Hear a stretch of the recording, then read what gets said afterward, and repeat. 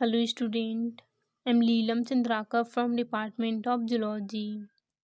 आज का हमारा टॉपिक है प्लियोट्रॉपी एंड लीथल जीन। इस लेक्चर में हम प्लियोट्रॉपिक जीन और लीथल जीन के बारे में देखेंगे। तो पहले देखते हैं कि प्लियोट्रॉपिक जीन क्या होता है। तो ऐसे जीन जो कि एक से ज़्यादा कैरेक्टर को कंट्रोल करते हैं उसे प्लियोट्रॉपिक जीन कहते हैं। ठीक है, तो ये जो जीन है वो एक से ज़्यादा फिनोटिपिक इफेक्ट को कंट्रोल करता है। जैसे कि फॉर एग्जांपल के लिए मान लो ये एक क्रोमैटिड है, ठीक है, और इन क्रोमैटिड के ऊपर एक सिंगल जीन प्रेजेंट है। तो ये एक क्रोमैटिड है और इन क्रोमैटिड के ऊपर में एक सिंगल जीन प्रेजेंट है, ठीक है। और ये जीन जो है वो प्लियोट्रॉपी शो कर रहा है, मतलब कि बहुत सारे कैरेक्टर को कंट्रोल कर रहा है। जैसे कि ये ट्रेट ए को कंट्रोल कर रहा है, ट्रेट बी को भी कंट्रोल कर रहा है और ट्रेट सी को भी कंट्रोल कर रहा है। मतलब कि यहाँ पे ये बहुत सारे कैरेक्टर को शो कर रहा है। ये जो सिंगल जीन है वो यहाँ पे तीन तीन कैरेक्टर को शो कर रहा है, तो इसको बोला जाता है प्लियोट्रॉपी। और ऐसे जीन जो कि बहुत सारे कैरेक्टर को कंट्रोल करते हैं उसको प्लियोट्रॉपिक जीन कहते हैं, ठीक है। अब इसको एग्जाम्पल से देखते हैं। तो इसमें से फर्स्ट एग्जाम्पल है पी प्लांट, ठीक है। तो यहाँ पे एक मटर का प्लांट लिया और उसमें देखा कि सिंगल जीन जो है वो क्या क्या इन्फ्लुएंस कर सकता है, मतलब कि कौन कौन से कैरेक्टर को शो कर सकता है। तो यहाँ पे जो सिंगल जीन है वो तीन तीन कैरेक्टर को शो करता है। जैसे कि इसमें से पहला है सीड कोट कलर, मतलब कि जो बीज होते हैं उनके ऊपर के कलर को कंट्रोल कर रहा है। और दूसरा है red spot in the axil of leaf, जो पत्ती होती है उसकी एक्सेल पर एक रेड रेड कलर का स्पॉट होता है, उन रेड स्पॉट को भी यही सिंगल जीन कंट्रोल कर रहा है, ठीक है। और तीसरी कैरेक्टर है फ्लावर कलर, फ्लावर का जो कलर है उसको भी यही जीन कंट्रोल कर रहा है। तो यहाँ पे ये जो सिंगल जीन है वो तीन तीन कैरेक्टर को शो कर रहा है, इसे ही प्लियोट्रॉपी बोला जाता है। तो यहाँ पे जो सिंगल जीन है वो प्लियोट्रॉपिक जीन होगा, ठीक है। उसके बाद इसमें सेकेंड एग्जाम्पल है ड्रोसोफिला।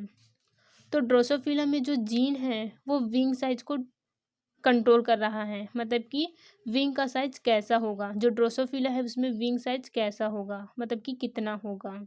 तो ये विंग साइज को तो कंट्रोल कर ही रहा है, साथ ही ये दूसरे कैरेक्टर को भी कंट्रोल करता है। जैसे कि इसमें से फर्स्ट है structure of reproductive organ, second है लॉन्गेविटी, थर्ड है ब्लिस्टर्स और फोर्थ है रिडक्शन इन एग प्रोडक्शन, ठीक है।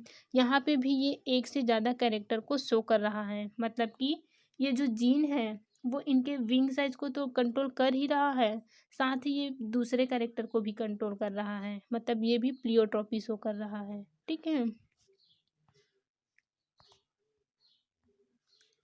उसके बाद थर्ड एग्जाम्पल है sickle cell anaemia. Sickle cell जो एनीमिया होता है वो प्लियोट्रॉपी को शो करता है, ठीक है। तो ये जो सिकल सेल एनीमिया है ये एक जेनेटिक डिसऑर्डर्स है, ठीक है। अब मान लो ये है क्रोमैटिड और इसमें हम सिंगल जीन की बात कर रहे हैं। तो यहाँ पे ये एक सिंगल जीन प्रेजेंट है जो कि है बीटा ग्लोब्यूलिन जीन, ठीक है। अब सिकल सेल एनीमिया में क्या होता है, जो हीमोग्लोबिन होता है उसमें चार ग्लोब्यूलिन चैन होती हैं। मान लो ये है हीमोग्लोबिन, मतलब कि ये है आरबीसी और आरबीसी में हीमोग्लोबिन है। तो हीमोग्लोबिन में चार ग्लोब्यूलिन चैन होती हैं, इसमें से दो बीटा चैन होता है और दो अल्फा चैन होता है, ठीक है। अब इस डिसीज में क्या होता है, हीमोग्लोबिन की जो बीटा चैन होती है उसमें म्यूटेशन होता है, ठीक है। तो जिसको सिकल सेल एनीमिया होता है उसका जो क्रोमैटिड होगा उसके अंदर बीटा ग्लोबुलिन वाला जो जीन है उसमें म्यूटेशन आ जाता है, ठीक है। अब ये वाला जो जीन है वो बाकी के ऑर्गन डेवलपमेंट वाले जीन को भी इफेक्ट करेगा, ठीक है। तो यहाँ पे ये जो सिंगल जीन है वो म्यूटेशन होने की वजह से बाकी के जीन को भी ये इफेक्ट करता है, मतलब कि बाकी के जीन के जो कि ऑर्गन को डेवलप कर रहा है उसको ये डेवलप होने से रोकता है। जैसे कि किडनी हो गया, हार्ट, लीवर, लंग्स, इन सब के डेवलपमेंट को ये रोकेगा, ठीक है। तो ये जो जीन है वो प्लियोट्रॉपी शो कर रहा है, वो बाकी के ऑर्गन को इफेक्ट कर रहा है, ठीक है। जैसे कि यहाँ पे ब्लाइंडनेस कॉज कर रहा है, लीवर फेलर कर रहा है, हार्ट अटैक कर रहा है, ठीक है। ये किसी भी ऑर्गन को डेवलप नहीं होने देता, इनके डेवलपमेंट को रोक देता है, इसलिए ये भी प्लियोट्रॉपी का एग्जाम्पल है। ठीक है। उसके बाद है लीथल जीन, या फिर इसी को घातक जीन भी बोला जाता है। तो लीथल जीन क्या होता है? तो हम जानते हैं कि एक जीन है वो किसी एनिमल के नॉर्मल कैरेक्टर को उत्पन्न करता है, जैसे कि उस एनिमल की स्किन का कलर, बालों का कलर हो गया, आँखों का कलर, या फिर फ्लावर्स में देखें तो फ्लावर्स का कलर। ठीक है। लेकिन अगर कोई जीन है वो नॉर्मल कैरेक्टर उत्पन्न करने के साथ साथ में उस एनिमल की मृत्यु का कारण भी बने, तो उस जीन को लीथल जीन कहा जाता है। ठीक है। और ये जीन जब होमोजाइगस कंडीशन में आता है तो पर्सन की डेथ कॉज करेगा। ठीक है। होमोजाइगस कंडीशन मतलब कि जैसे कि मान लो ये एक कैपिटल ए एलील्स है। ठीक है। तो अगर इनके जो एलील्स है वो कैपिटल ए कंडीशन मतलब कि होमोजाइगस कंडीशन में है, तब ये किसी पर्सन की तब ये किसी पर्सन में डेथ कॉज करता है। ठीक है। तो लीथल जीन या तो डोमिनेंट होगा या फिर रेसेसिव भी हो सकता है। तो ये डोमिनेंट कंडीशन में भी हो सकते हैं या फिर रेसेसिव कंडीशन में भी हो सकते हैं। ठीक है। अब देखते हैं लीथल जीन के एग्जांपल्स को। तो इसमें से फर्स्ट एग्जांपल है कोट कलर इन माइस और सेकेंड है सिकल सेल एनीमिया। ठीक है। तो इसमें पहले देखते हैं कोट कलर इन माइस को। तो जो लीथल जीन है उसको एल क्यूनॉट के द्वारा डिस्कवर किया गया था 1905 में। एल क्यूनॉट येलो कलर के माइस के ऊपर स्टडीज़ कर रहे थे। ठीक है।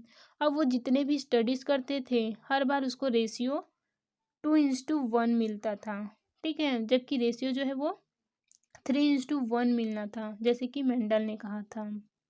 उसके 5 साल बाद क्यूनॉट ने दूसरे साइंटिस्ट की हेल्प से अपनी स्टडी को आगे बढ़ाया। तब पता चला कि लिथैलिटी जैसी कोई चीज़ होती है। ठीक है। यहाँ पे जो क्यूनॉट थे उन्होंने येलो माइस के ऊपर स्टडी कर रहे थे। ठीक है। और इन येलो माइस को कैपिटल वाई से डिनोट करते हैं। और ये जो कैपिटल वाई है वो लिथैलिटी शो करता है, मतलब कि अगर क्रॉस से अगर प्योर येलो बॉडी कलर आ गया तो माइस की डेथ हो जाएगी। ठीक है। मतलब कि अगर कैपिटल वाई होमोजाइगस कंडीशन में आ गए तब जो पर्सन है उसकी डेथ हो जाएगी। ठीक है। इसका क्या मतलब है? तो जो होमोजाइगस येलो माइस है वो कभी भी पॉपुलेशन में नहीं मिलेगा, क्योंकि ये एम्ब्रियोनिक स्टेज में ही मर जाते हैं। ठीक है। अब यहाँ पे इसका क्रॉस देखते हैं। तो यहाँ पे क्यूनॉट ने एक येलो कलर का माइस लिया था और ये पेरेंट थे और दोनों ही येलो कलर के थे। ठीक है। इसमें से एक मेल था और दूसरा फीमेल। अब इन दोनों के बीच में उन्होंने क्रॉस कराया। ठीक है। लेकिन उन्हें लीथल जीन के बारे में उस टाइम में पता नहीं था। उनको लगता था कि ये जो माइस है वो होमोजाइगस है। होमोजाइगस मतलब कि कैपिटल वाई। ठीक है। बट ये हेटेरोजाइगस था। इसमें एक एलील जो है वो कैपिटल वाई था, मतलब कि डोमिनेंट था, और दूसरा रिसेसिव था, मतलब कि स्मॉल वाई था। ठीक है। अब जब इसके बीच में क्रॉस होगा तो यहाँ पे पहले गैमेट बनेंगे। तो यहाँ पे 2 प्रकार के गैमेट बनेंगे। एक तो बनेगा कैपिटल वाई और दूसरा स्मॉल वाई। ठीक है।